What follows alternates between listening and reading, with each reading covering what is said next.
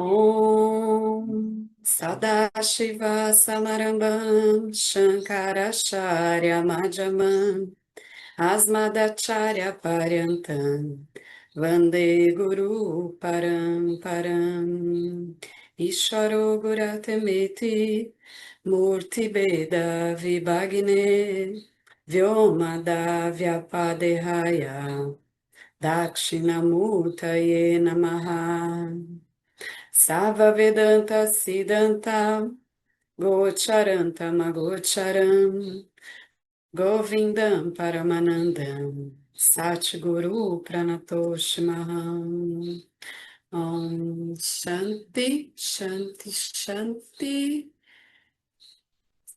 Bem-vindos ao estudo do Bhagavad Gita, do Dayananda.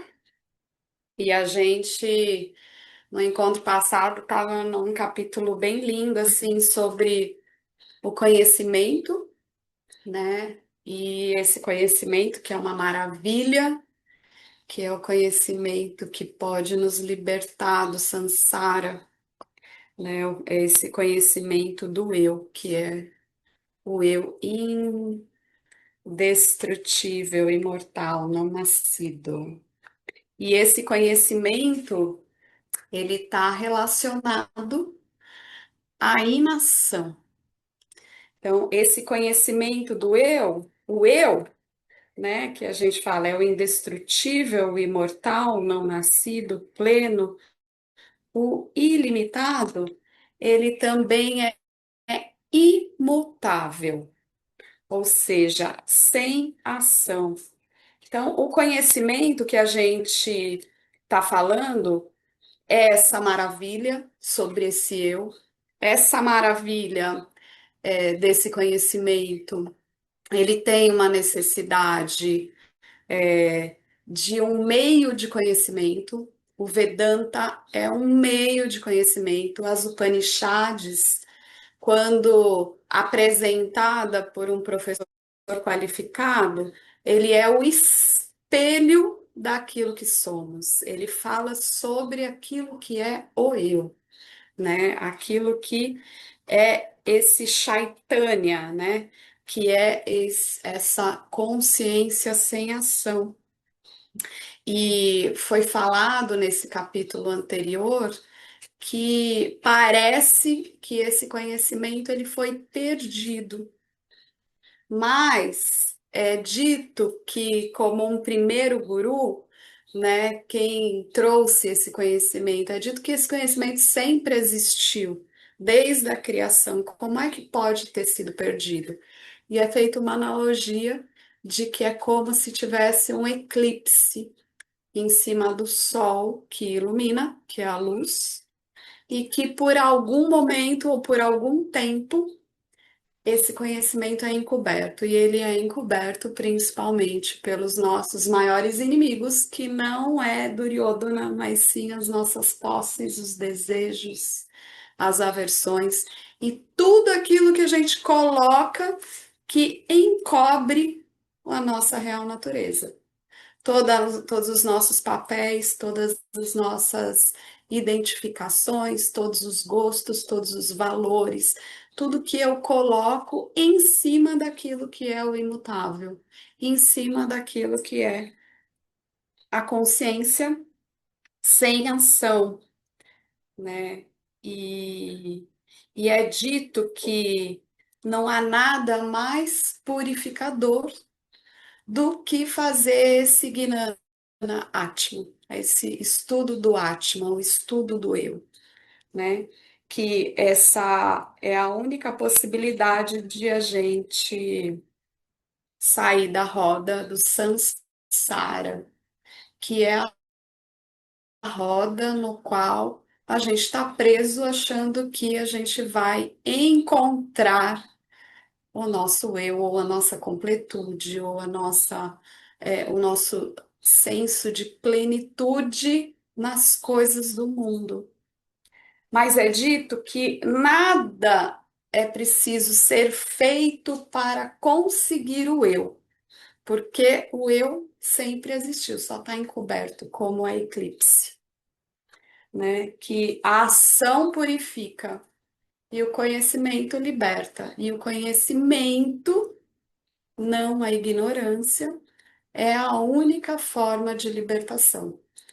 A ignorância, a gente chama que a ignorância está toda sendo, fazendo essa teia do samsara. A ignorância é isso que estabelece aquilo que não somos como sendo o corpo, a mente, os gostos, as minhas identidades, os meus papéis, uma hora como filha, uma hora como mãe, uma hora como irmã, uma hora como uma profissional. Agora eu sou empregadora, agora eu sou só empreendedora, agora eu sou empregada, agora eu sou brasileira, agora eu sou mulher, agora eu sou homem, agora eu não tenho opção sexual, agora eu tenho, agora então todas essas identidades que são identidades que existem do corpo e da mente, mas que o eu é aquilo que é livre de qualquer identidade, e por isso você é essa consciência sem ação, né? Esse ser consciente, que é a inação, esse ser consciente, ele não age. Você é aquele ser, aquela consciência que faz qualquer ação. São os olhos que veem, os pensamentos que se movem na mente, tudo na consciência. Então, todas as ações estão no eu consciência. A consciência eu é imóvel e é aquilo que está sempre presente em qualquer tempo. A consciência, portanto, é eterna. Essa é uma afirmação dos Upanishads, né? Os Upanishads falam sobre essa consciência e você é essa consciência. Então, quando a gente traz esse capítulo que fala sobre o conhecimento, é sobre este conhecimento que a gente está falando. E é sobre esse conhecimento que é dito que a gente consegue ver a nós mesmos, com esse espelho, né, dos ensinamentos dos Upanishads. E aí é dito aqui, eu vou pôr um verso que foi dito, que é um verso que representa essa ação e inação. Então, é do capítulo 4, o verso 18.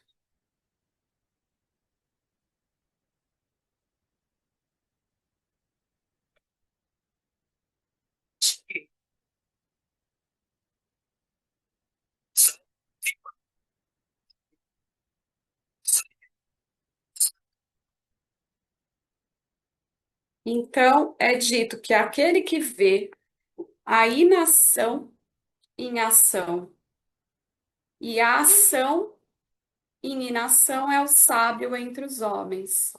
É aquele que conseguiu ver tudo o que deve ser alcançado. Então, a gente viu no encontro passado que a ação e a inação, para o Bhagavad Gita, nesses estudos, ela tem um conceito diferente, né? O conceito da inação é que mesmo que aconteçam várias ações, né, a consciência, ela é a sem ação, é a inação. Então, quando a gente vê a inação, a inação sempre presente, independente da ação, se eu me vejo como essa testemunha, que mesmo o corpo, os órgãos do sentido, a mente, os membros, é, da fala ou a mão, os pés, agindo, mesmo que eu veja isso, mas eu sei que eu não sou isso, que tudo que está em movimento, eu sou aquele sábio que vê a inação em ação, tá? E isso é o que deve ser alcançado.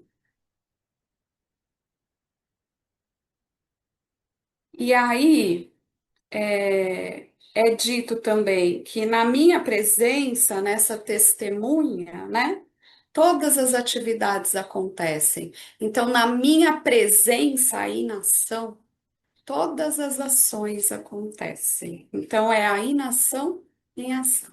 Ação e inação. E somente aquele que conhece a si mesmo dessa maneira é chamado de liberado. Não aquele que simplesmente resistiu da ação, tá? Então, é falado o quê? Vou repetir isso, ó. Somente aquele que conhece a si mesmo dessa maneira, como eu sei que sou a inação,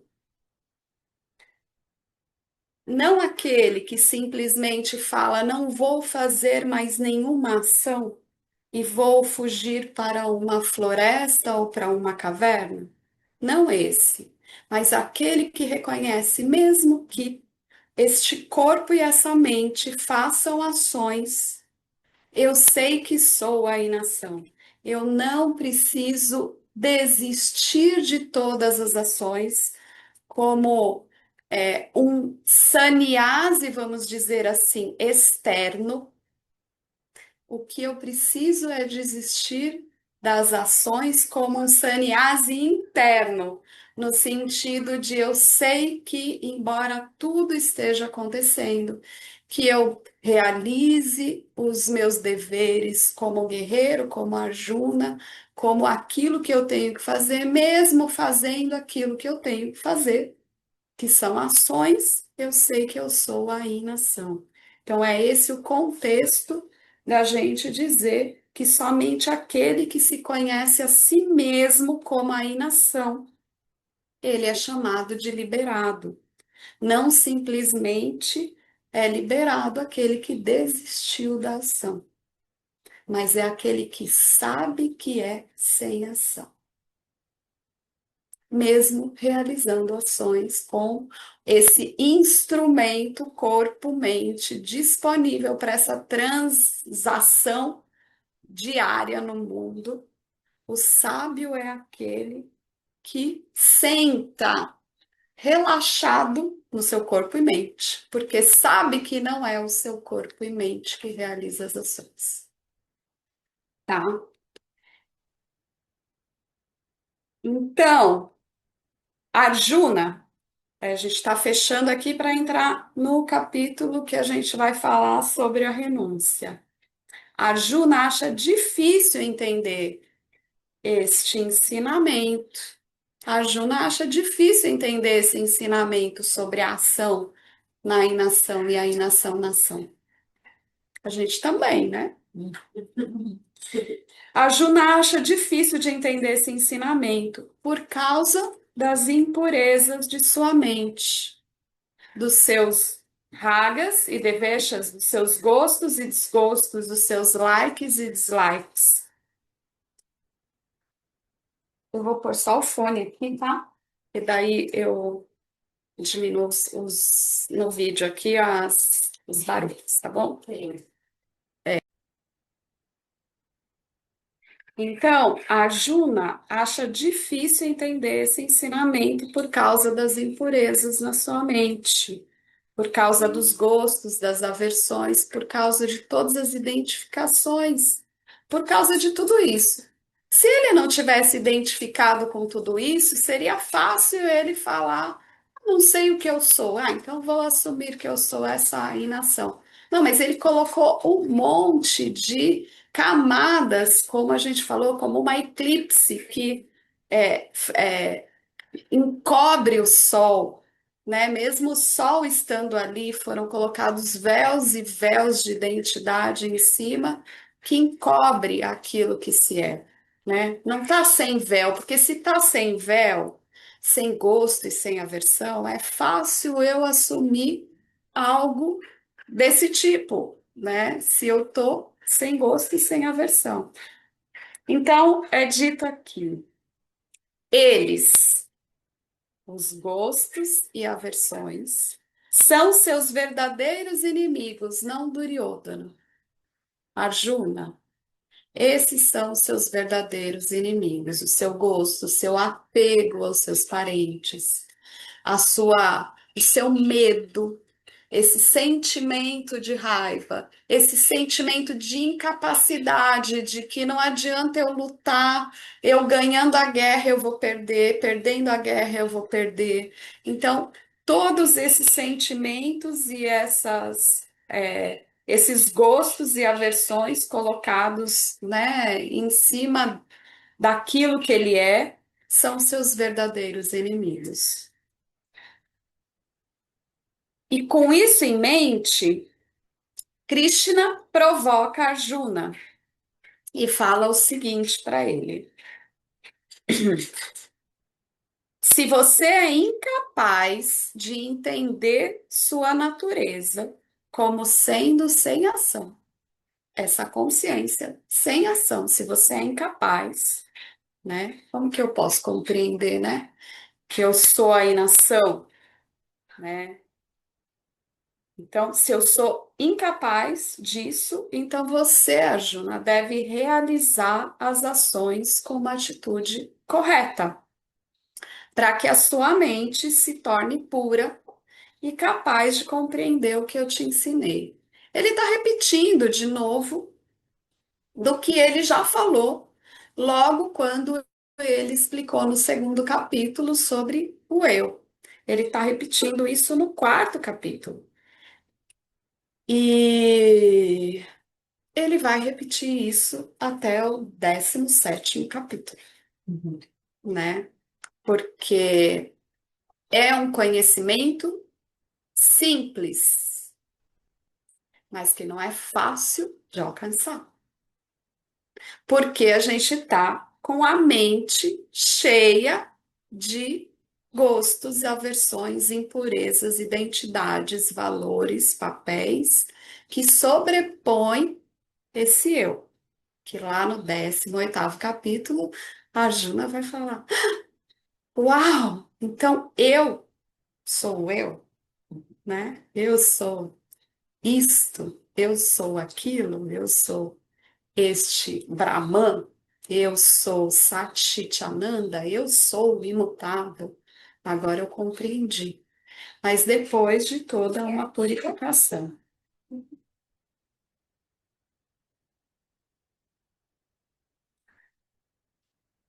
Então, realize ações com a atitude correta para que sua mente se torne pura e capaz de compreender o que eu ensinei.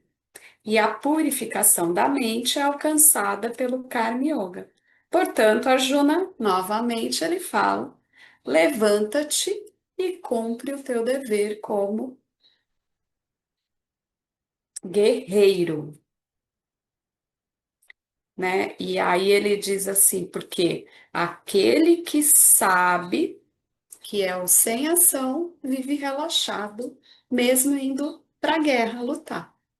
E não é o seu caso ainda, né? Não é o caso dele, ele até está tenso.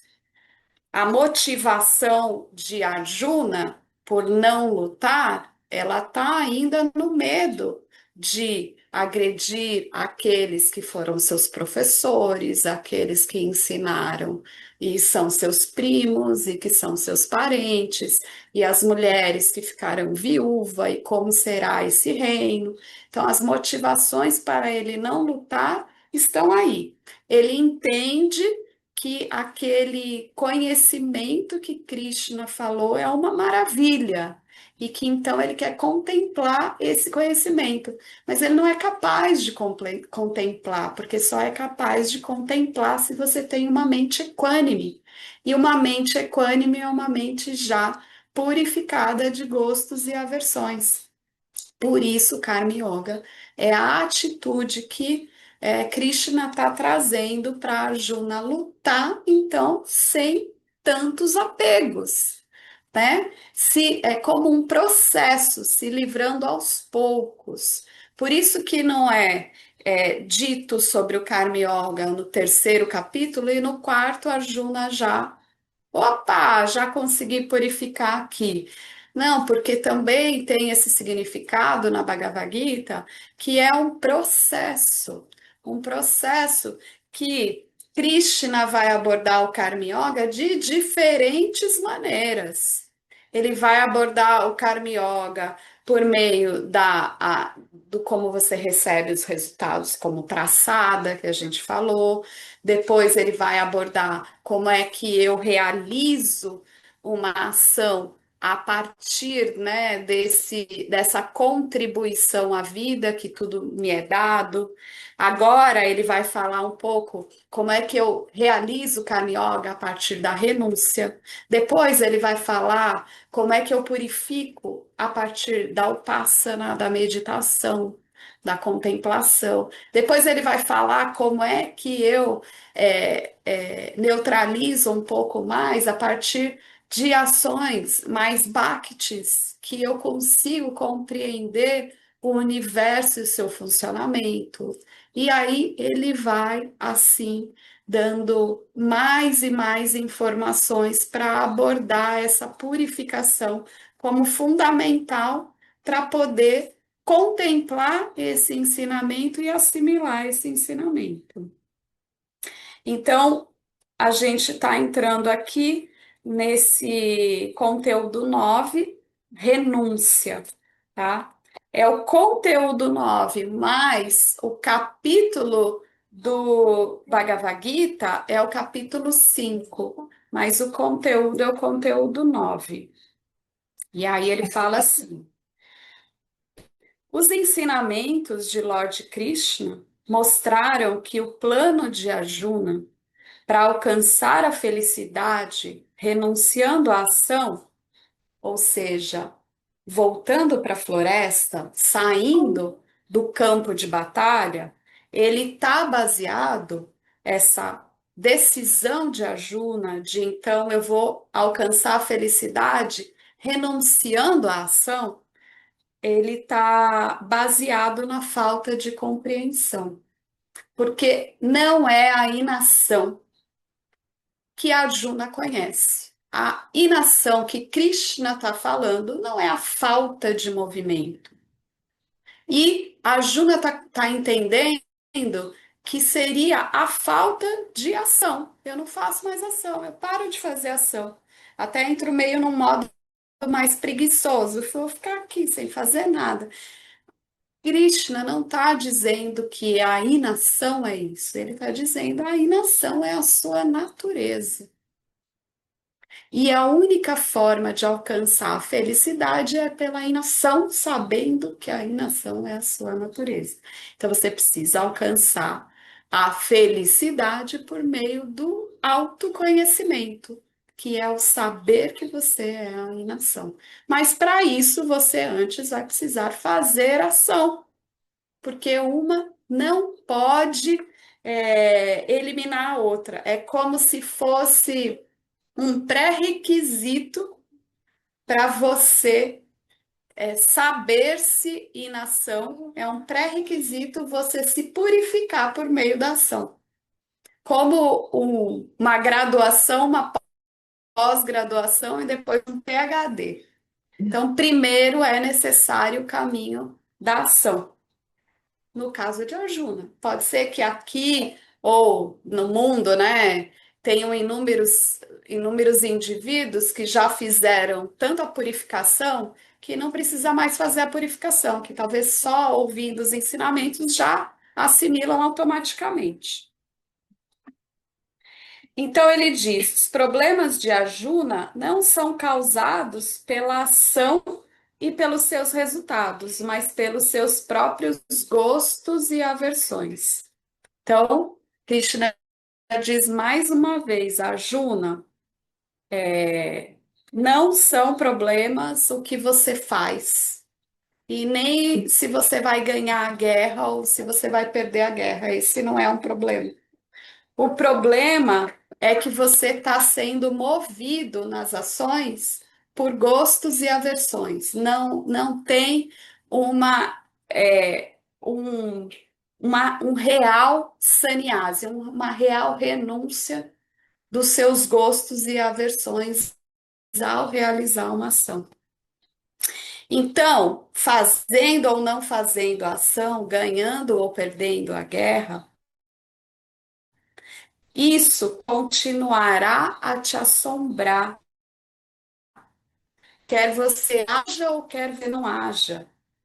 De fato, somente realizando uma ação com atitude de karma yoga que pode ser removido seus gostos e aversões, que são a fonte dos seus problemas. Em inúmeros e inúmeros encontros eu estou dizendo sobre gostos e aversões, gostos e aversões. Parece, né, que é uma repetição inválida até. Ai, de novo está falando sobre isso. E aqui, mais uma vez, nas escrituras está dizendo: remover seus gostos e aversões. Isso é a fonte dos seus problemas. Por isso que é tão insistente. Essa é a causa. O gosto e a aversão é aquilo que faz você estar na roda do samsara e correr o tempo todo atrás de coisas para ser feliz, porque eu quero aquilo, porque eu não quero aquilo, porque aquilo vai me fazer feliz, porque aquilo não vai me fazer, porque aquilo, se eu fizer, se eu alcançar, se eu tiver aquele estado mental, ou se eu tiver aquela pessoa, ou se eu tiver aquela carreira, ou se eu tiver aquele objeto, ou se isso eu não tiver, se eu morar ali, se eu for para lá, isso é a roda do Sansara, que é a fonte dos nossos problemas. Então, é dito aqui que, tendo primeiro ensinado a Arjuna o propósito do Karma Yoga, que é neutralizar os gostos e aversões, agora Krishna também vai mostrar o verdadeiro significado da renúncia. E aí ele diz: abandonar a ação não é renúncia, pois desistir até pressupõe que a pessoa está realmente controlando uma ação. Isso já é um começo de um erro. Porque é preciso ver o que realiza a ação. E você está ciente de todas as atividades mentais, corporais, físicas. Portanto, de novo, vem aquele conceito que a gente já falou. Você não é, você é capaz de testemunhar. Você é aquela consciência pura, Chaitanya, em cuja presença todas essas funções funcionam, tudo funciona. Então, qual é o erro? O erro é que você conclui que você é o fazedor de todas as ações. E depois, então, você decide renunciar à ação. Mas a consciência não tem ação. O que deveria ser feito é renunciar ao senso de ser o fazedor, não a ação. Você tomou como conclusão que você é o fazedor, o ator da ação. Você não tomou como conclusão que você é a inação. Agora você quer renunciar à ação. Então você falou, eu sou fazedor, eu estou fazendo a ação aqui. Agora você toma a decisão que você quer renunciar à ação. Uma coisa é diferente da outra. Você não precisa renunciar à ação. Você precisa renunciar ao senso de que você é aquele que age, que você é o corpo e a mente, que está em funcionamento. E não. Você tem que renunciar ao senso de que não é você que faz a ação. O corpo e a mente estão fazendo a ação e você é a testemunha do corpo e da mente, mesmo utilizando esse instrumento corpo e mente. Uma pessoa que sabe que o eu é sem ação, ela está sempre relaxada. Quem é uma pessoa que sabe que o eu é sem ação? É o sábio. Aí daqui a pouco a gente vai ver um verso que Krishna fala sobre isso, tá? Então, uma pessoa sábia renuncia à noção de que ela ou ele é o ator, mesmo quando ele está em atividade, tendo descoberto que ele é o seu, ou sem ação do eu, a natureza sem ação do eu. E esse é o verdadeiro significado da renúncia. O verdadeiro significado da renúncia é renunciar a ser o fazedor. Não é renunciar à ação, é renunciar que não, eu não faço nada. O que faz o corpo é a mente. Eu sou imutável. Se eu sou imutável, não tem mudança, não tem ação, não tem nem movimento. Eu sou purna, pleno. Se eu sou pleno, não tem mais nada.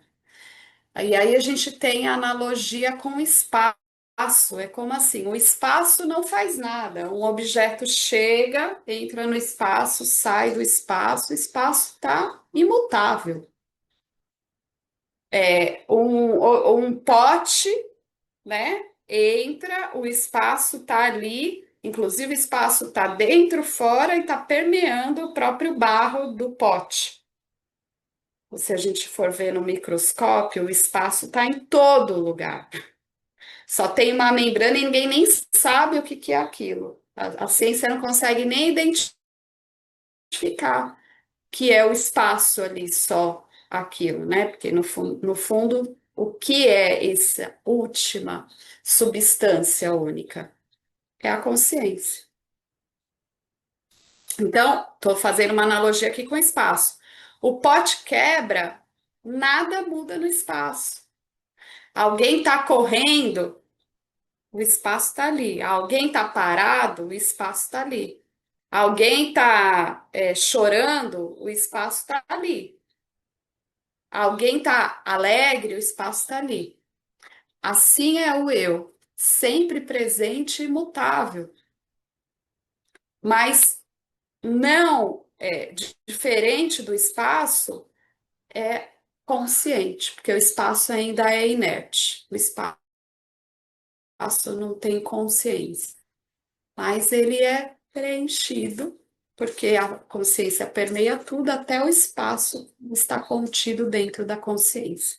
É como se fosse, em vez do espaço ser o último elemento que contém tudo, ainda tem a consciência que contém até o espaço, tá? Então,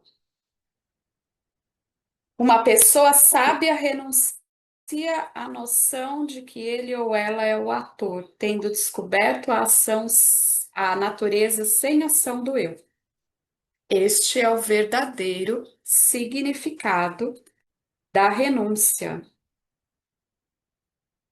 Parece que isso é impossível, né, de assimilar, mas esse livro, Bhagavad Gita, e os Upanishads, eles têm esse mapa para a gente chegar nessa sabedoria.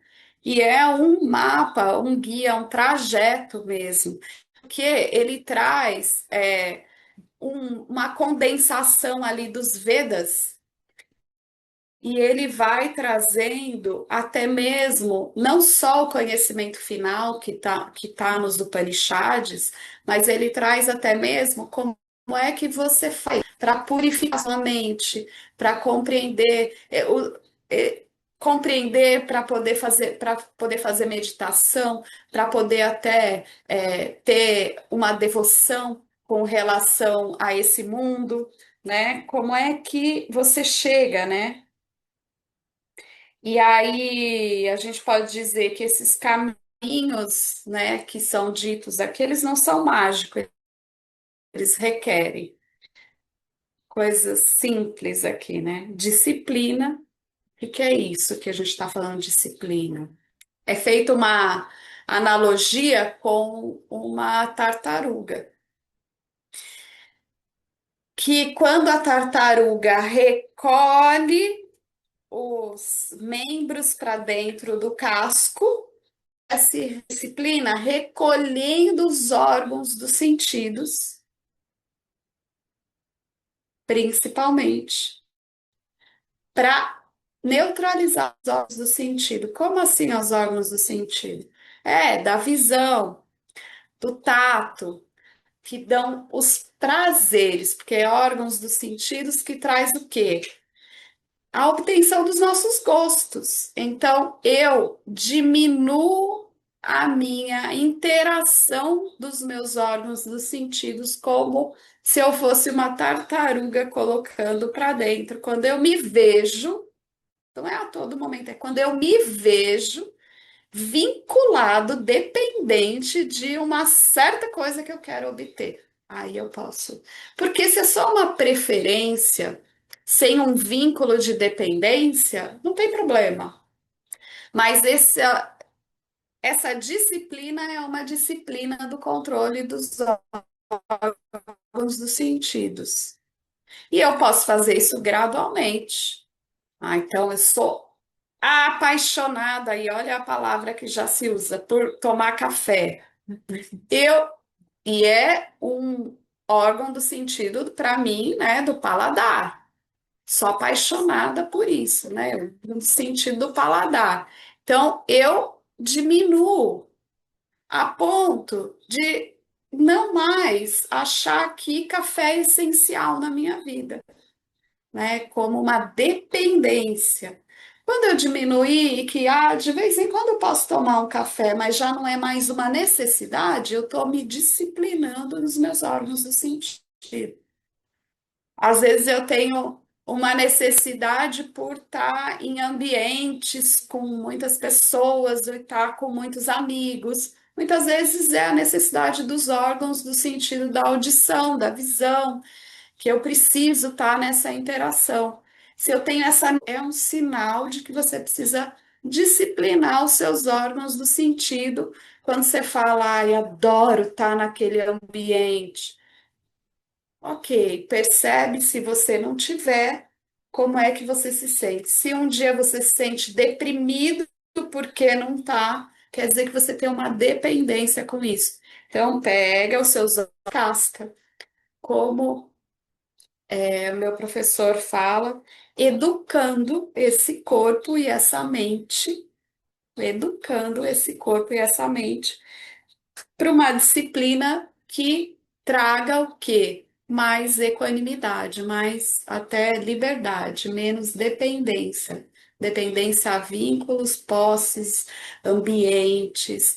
Porque, por exemplo, até mesmo uma necessidade, por exemplo, diária de ficar em silêncio, não é. Se é uma necessidade, se você não fica em silêncio, você fica irritado, por mais que seja uma sadhana saudável, ainda tem uma dependência ali, né? Então, um sábio, ele fica em qualquer ambiente equânime, seja o caos ou seja o silêncio.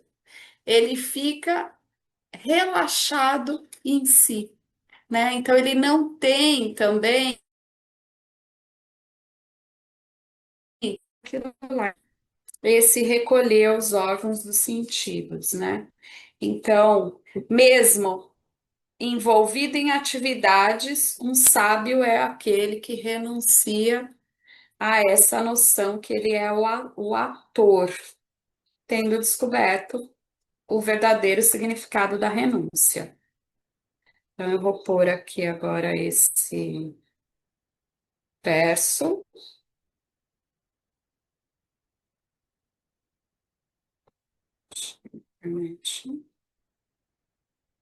Então, é o verso 5, o verso 13 do capítulo 5, tá?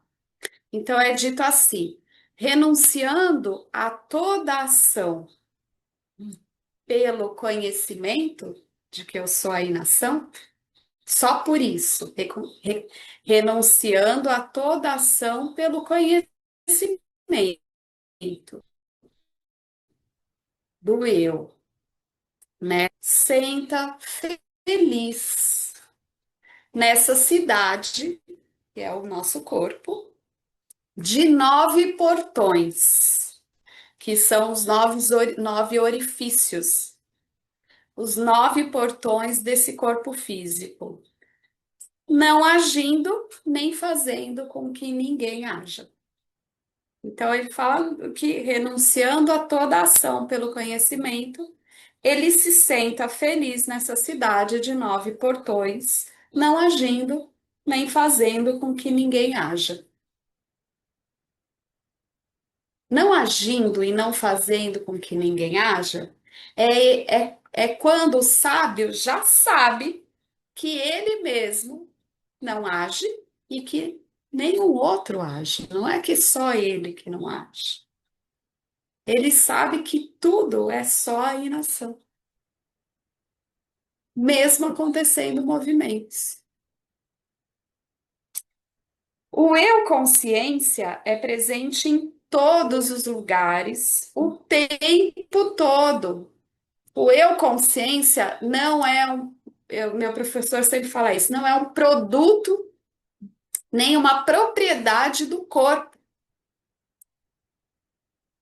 O eu consciência não está dentro de mim. O eu consciência é presente em todo lugar. É como o espaço, não é dentro do pote. É dentro, é no próprio pote e é fora do pote. Esse reflete no corpo sutil do Lucas, da Maria, da Mari, do André, de todos os seres. Ele é presente em todos os lugares o tempo todo. E aí é dito, na presença do eu, os olhos, a mente, os membros funcionam. Na presença do eu, os pensamentos se movem, os planetas se movem. Em mim está toda a estrutura tempo-espacial. Mesmo a noção de não existência ou de vazio também está na consciência, porque ela é onipresente. Não há um lugar sequer não ausente. Sendo toda pervasiva, a consciência não pode se mover. Sendo toda pervasiva, se a consciência está em todos os lugares, ela não pode se mover, que ela já está lá. Como o espaço não se move, o espaço está sempre presente. A gente tem espaço nessa sala, tem espaço fora da sala, tem espaço no meio do tijolo. Se essa sala é demolida, o espaço continua intacto. Aliás, o espaço ele não tem nenhum atributo. Ele não tem como o ar, não exala cheiro. Ele não é o ar, ele é um outro elemento. O espaço não é o ar. O espaço, qual é o atributo dele? É que ele é todo pervasivo. Ou seja, ele pode receber algo, algo pode estar nele, estar fora dele, mas sempre ele está em todo lugar, inclusive no meio de todas as coisas. Então, ele é onipresente. O espaço é onipresente, que é um símbolo mais próximo da consciência, mas ainda não é um espaço consciente. A consciência é essa que reflete no nosso corpo sutil e a gente fala: Uau, tô vendo isso. Uau. eu sou isso. É autoluminosa. Ela pode até perceber a si mesma como autoluminosa. Sendo toda pervasiva, a consciência não pode se mover, por isso ela não realiza nenhuma ação. Assim, eu, consciência, não faço ação. Assim, eu, consciência, não faço ação. Saber isso é renunciar à ação. Então, como é que eu renuncio à ação? Pelo conhecimento. Como é que eu renuncio à ação? Pelo conhecimento, porque saber que eu sou sem ação é renunciar à ação. Saber isso é renunciar à ação. A consciência não faz ação. Saber isso é renunciar à ação. E aquele que tem esse conhecimento não tem medo da ação. Ele ou ela senta em paz nos 9 portões, nos orifícios.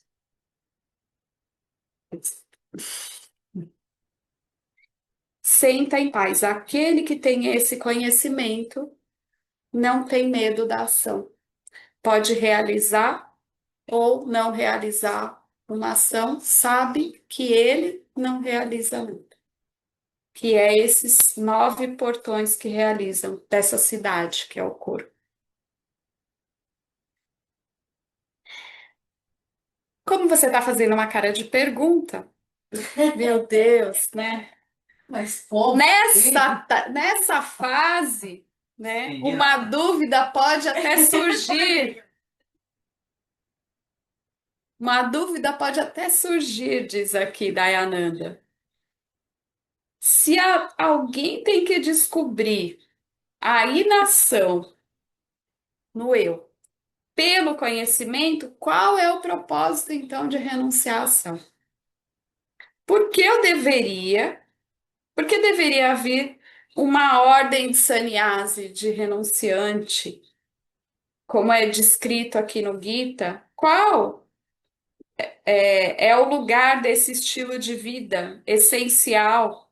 Se a renúncia da ação deve ser alcançada apenas pelo conhecimento, em vez de, então, por que que eu não posso desistir da ação diretamente? A Juna, ou a gente, eu, poderia muito bem ter feito essa pergunta, né? Para que então eu vou ter que fazer um esforço para fazer ação, para renunciar à ação, né? Para quê? Se eu já sou inação. Para que vocês acham? Então, é falado que a compreensão dessa pergunta é assim: existem esses dois estilos de vida, né? Daquele que age como um karma yogi e do sannyasi. Mas para haver a libertação, ambos precisam ser realizados, né? A Juna pensa que uma pessoa ela tem uma escolha de fazer esse tipo de estilo de vida de Karma Yoga ou do tipo de estilo de vida de renunciante. Mas isso está dizendo que ele chega nessa conclusão pelo seu próprio bem.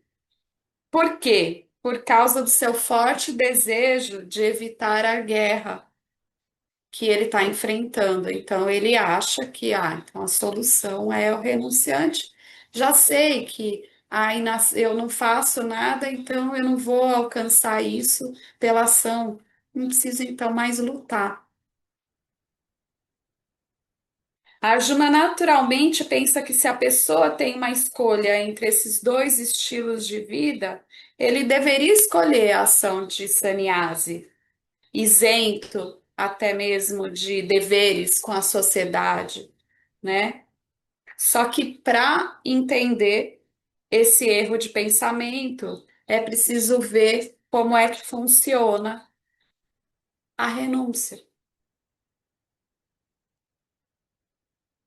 E aí a gente entra no tópico dever, renúncia e sannyasi.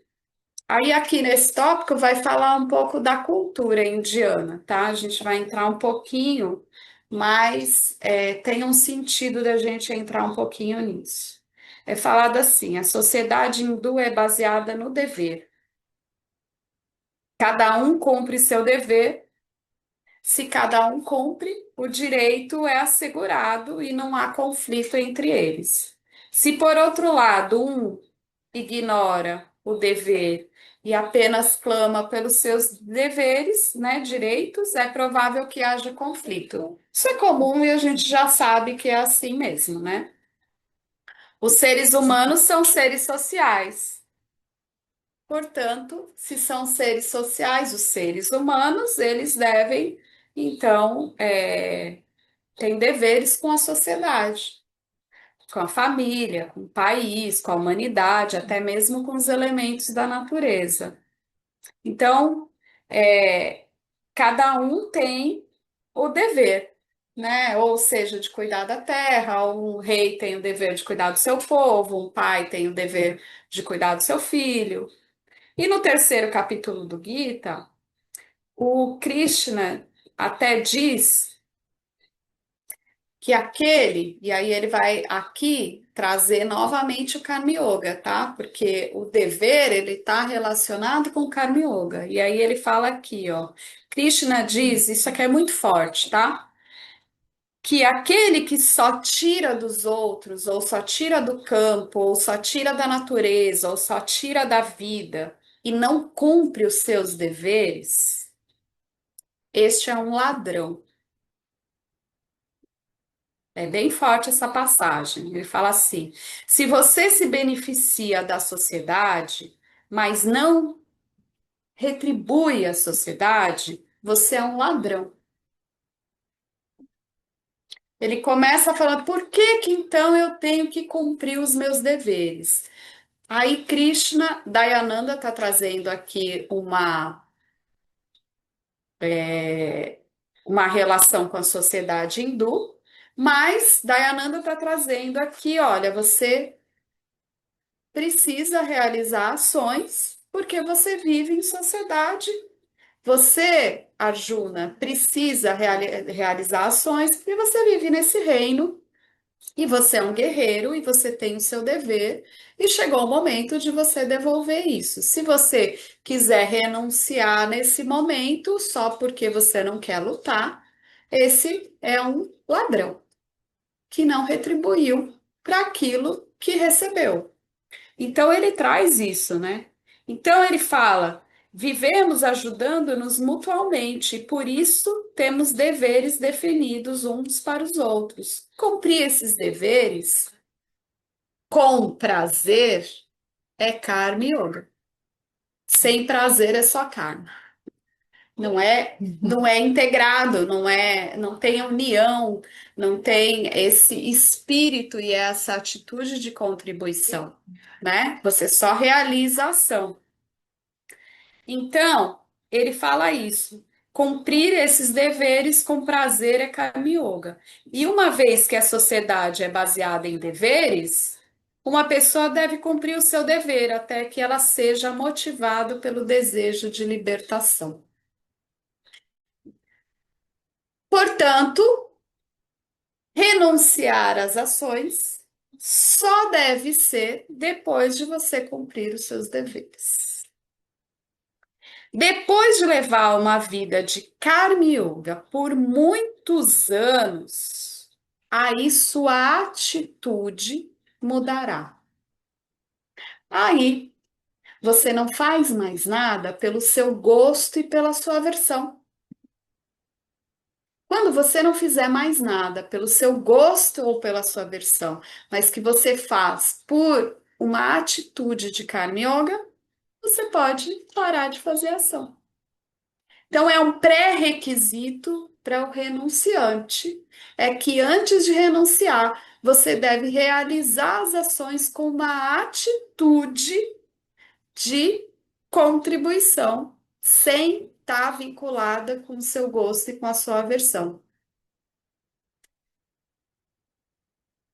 Então, o resultado, né, você não será mais influenciado por ragas e devechas, mas será objetivo e verá claramente que a única meta da vida é a libertação.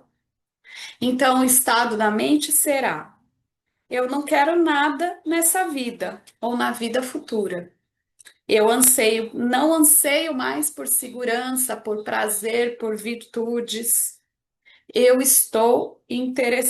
estou interessado nisso. Eu não os procuro mais.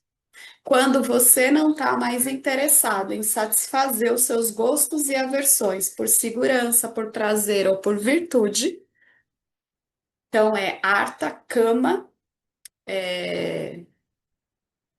fugiu? Dharma, arta, kama, dharma, eu não estou mais com necessidade de é, não anseio mais por esses três objetivos, eu vou para o quarto objetivo, que é moksha, da libertação.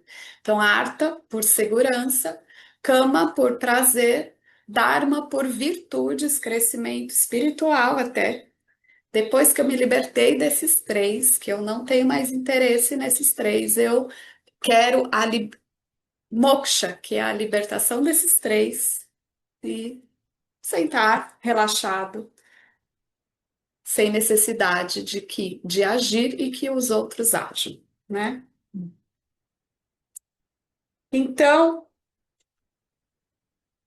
quando você atinge esse nível de compreensão, é dada uma escolha. Você pode, então, continuar sendo um karma yogi, realizando as ações com uma atitude de dever, enquanto você busca o autoconhecimento, estudando com um professor e tornando-se um sannyasi, um renunciante.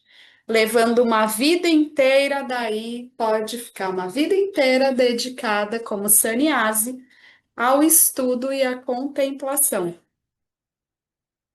Um sannyasi não participa da sociedade, ele ou ela não tem nenhuma obrigação para com a família, para a comunidade, pelo governo. A única obrigação de um sannyasi é se envolver em estudo e reflexão. Reflexão sobre o eu ilimitado.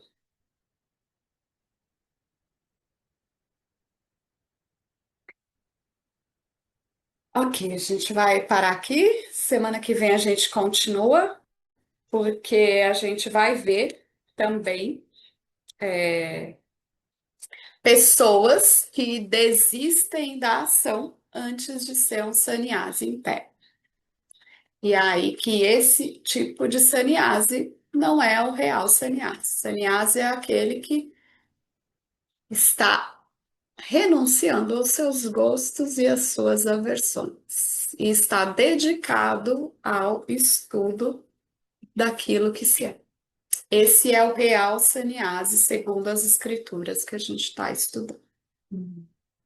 Ó, Om Purnamada Purnamidam Purna Purnamudachyate Purnasya Purnamadaya Purnameva Vashishyate Om Shanti Shanti Shanti. Olá, queria trazer aqui para vocês o quanto eu tenho me beneficiado dos ensinamentos do Vedanta. Esses ensinamentos do Vedanta, eles mudaram a minha vida, o meu estilo de vida, né? A partir de uma compreensão sobre Jagata, o mundo, sobre essa pura inteligência, Ishvara, sobre o Jiva, né? A mente, o funcionamento, sobre a aplicação do Karma Yoga diariamente na vida, o quanto isso beneficia a purificação da mente, né? Para poder daí acessar aquilo que é mais valioso, Aliás, eu diria sem valor estimável, inestimável, né? Uma riqueza profunda, que é a compreensão sobre os ensinamentos de Satya, a consciência, a existência ilimitada que sou. Bom, eu sou uma aluna de Vedanta, desse grupo Vedanta Brasil, que iniciei a jornada, estou no começo da jornada, mas essa jornada seria impossível sem o apoio diário de um professor qualificado, o professor Arlindo Nagar, nosso professor, que dedica a sua vida, que dedica as batidas do seu coração exclusivamente para o ensino do Vedanta. Ele gosta de usar a frase, o coração que se doa recebe. Então ele é esse coração que doa. E aí a minha pergunta e o meu convite é: e você? Tem se beneficiado também dos ensinamentos, da compreensão, da clareza desses ensinamentos que são trazidos para nós? Sim? Se sim, o coração que doa recebe. Então o convite é: se você se beneficia, você pode também fazer uma doação. Essa doação, ela é necessária, apropriada, para a manutenção, né, desse ensinamento vivo diariamente para nós.